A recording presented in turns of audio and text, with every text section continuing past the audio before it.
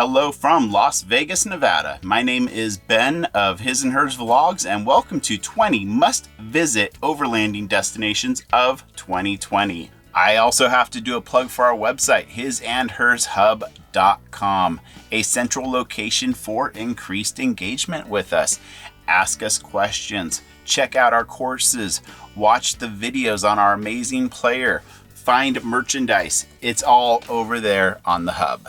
And the first must-visit overlanding destination of 2020 has to be Tuktovaktuk at the top of the Dempster Highway and the Inuvik Tuk Highway in Northwest Territories, Canada. This is the only public road that will take you to the shores of the Arctic Ocean. It's a big journey just to get to the beginning of the Dempster, and then you have 600 miles of dirt road all the way to the shores of the Arctic Ocean. Number 2, Baja California, Mexico. This cherished peninsula is about 800 miles long on the west coast of North America. Can't say enough about this place. The people are warm. The weather is great in the winter months. It is an overlander's playground and also a great place to dip your feet into international overlanding, because once you do cross the border, you can feel very much out of your element, which is what it's all about.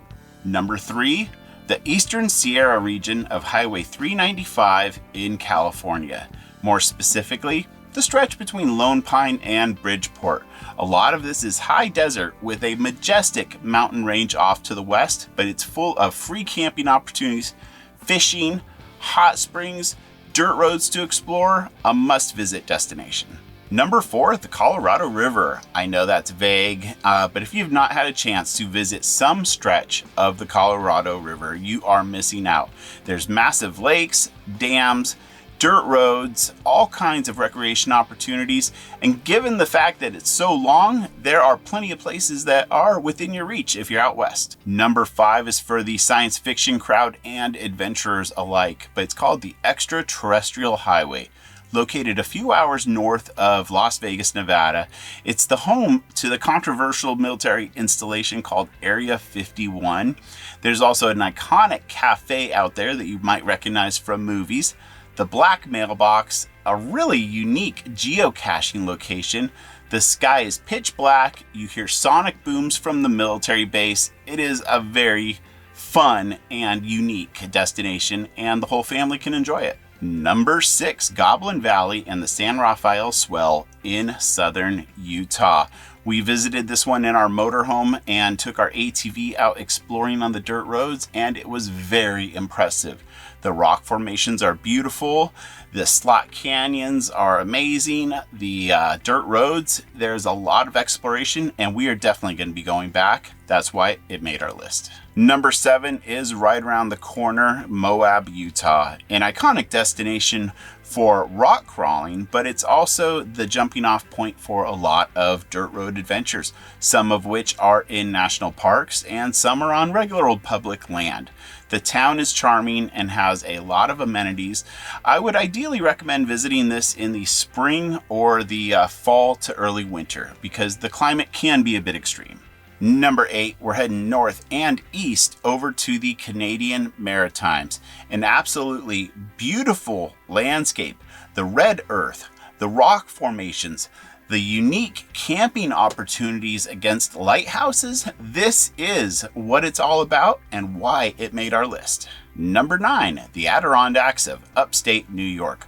Wild camping is a rare find on the East Coast. That's why we love this destination so much. There's dirt roads, free campgrounds, and when you combine it with the fall foliage, it does not get too much better than this. Number 10, extreme and unique, the urban jungle of New York City.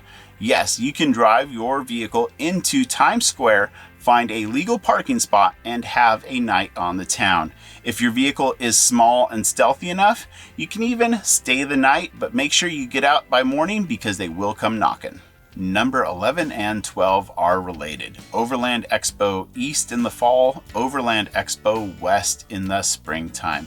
festival-style camping at an event where you can meet your fellow travelers, learn driving skills, and check out all the latest gadgets and accessories that are out on the market. A must-visit event if you're getting serious into overlanding. Off to our home state for number 13, the beaches of the Kenai Peninsula. Yes, in Alaska, you have the freedoms to drive right on the beach, and this little adventure has an element of risk because the tides of Cook Inlet are massive, and if you get caught down low and stuck, within 6 hours, your vehicle can be completely underwater. But there are also campgrounds and little free camping spots on the bluffs that you can get above the high tide and have a truly authentic free camping Alaskan experience. Number 14 stays in our home state of Alaska and is for the true enthusiast who wants a rare experience, but you can catch a flight from Anchorage to Nome, Alaska, and once you're there, you can rent a Jeep from the Dredge number 7 Inn and drive into Gold Country. What a unique experience. And just to reiterate, you cannot drive to Nome, so you're driving beyond the road system. How much fun is that? For number 15, when you're in a location that is half the size of the lower 48, there are a lot of adventures. And this next one takes us up the Taylor Highway in Alaska to the gold rush town of Eagle. A very obtainable drive for many vehicles because it's just a standard dirt road, but it's a dirt road that takes you across mountain ridges, through canyons, across rivers, and lands you in this charming little town that is full of history. And right around the corner is number 16, Top of the World Highway. This stretches actually between Alaska and Canada, paved in some parts, mainly dirt roads, but the really fun aspect of it is you get to cross the Yukon River on a ferry that leads you to another, there's a theme here, gold rush town called Dawson City. Number 17 takes us to the desert in Glamis, California at the Imperial Sand Dunes.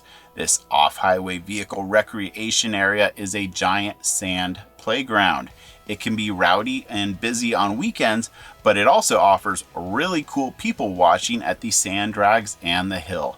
During the week, odds are you're going to have the entire place to yourself.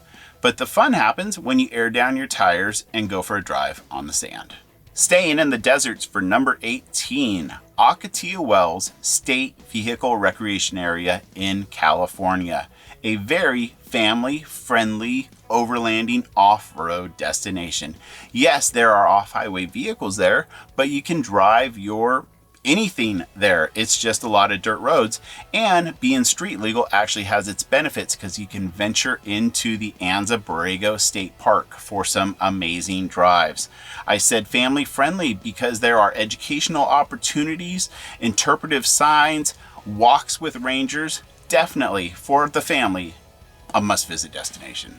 Number 19 needs to be cherished because it's one of the few opportunities where you can drive and camp on the beach in the lower 48. The Pismo Sand Dunes, formerly known as the Oceano Sand Dunes. It's a state vehicle recreation area, but on the weekdays, you pretty much have the place to yourself. You can camp right on the beach, you can fish. The towns in the surrounding area are very charming, a must-visit destination.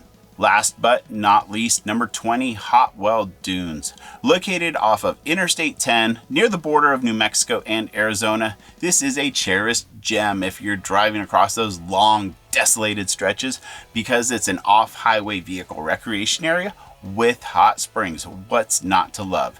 Keep in mind the hot springs are solar fed, so when the sun goes down, the hot springs stop pumping.